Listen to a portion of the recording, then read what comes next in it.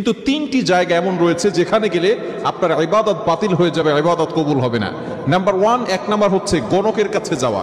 Very important place, খুবই গুরুত্বপূর্ণ একটি জায়গা যেখানে বিশেষ করে নারীরা বেশি যায়। অনেক সময় নারীরা গণকের কাছে গিয়ে তার ভবিষ্যৎ সম্পর্কে জানতে চায়।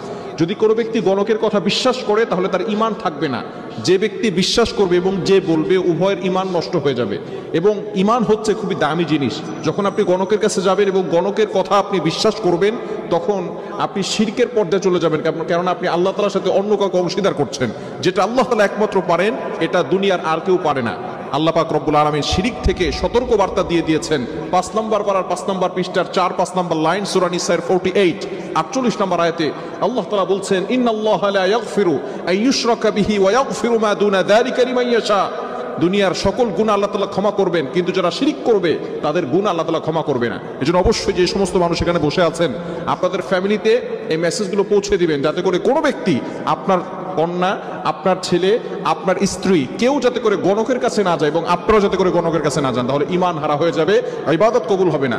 এক হাদিসের ভিতরে নবী সাল্লাল্লাহু আলাইহি ওয়াসাল্লাম জানিয়ে দিয়েছেন, যে ব্যক্তি গণকের কাছে যাবে, গণকের কথা বিশ্বাস করবে, ঈমান থাকবে না, 40 দিন পর্যন্ত তার ইবাদত কবুল হবে না। এজন্য অবশ্যই গণকের কাছে যাওয়াও যাবে না, তাদের কাছ থেকে ভবিষ্যৎ সম্পর্কে জানাও যাবে না। Number one. নাম্বার টু, দ্বিতীয় নাম্বার হচ্ছে টিয়া পাখি এবং হাতের রেখা দিয়ে যারা ভাগ্য নির্ধারণ করে তাদের কাছে যাওয়া যাবে না। অনেকেই আছে টিয়া পাখি দিয়ে তারপরে ভাগ্য নির্ধারণ করে, এরকম কিছু মানুষ সমাজে আছে না নাই?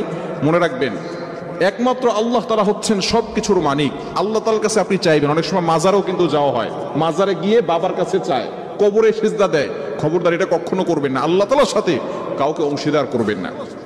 এজন্য সতর্ক থাকতে হবে।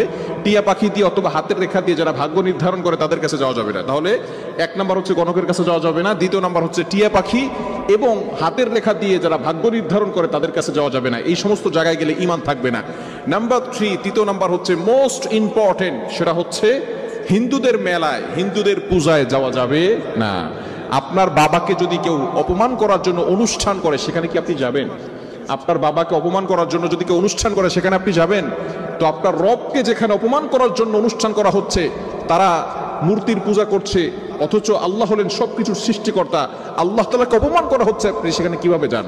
অনেক মহিলারা আছে তারা এই কাজটা বেশি করে, হিন্দুদের মেলায় যায়, হিন্দুদের পূজায় যায়। যখন তাদের পূজা শুরু হয় সেখানে মেলা হয়, সেই মেলায় যায়। খবরদার, এখানে কি আপনার ঈমানকে নষ্ট করবেন না। বলেন, আমরা তো হুজুর পূজা করার জন্য যাচ্ছি না। পূজা করার জন্য নয়, সেখানে গেলেই আপনার ঈমান হারা হওয়ার সম্ভাবনা আছে।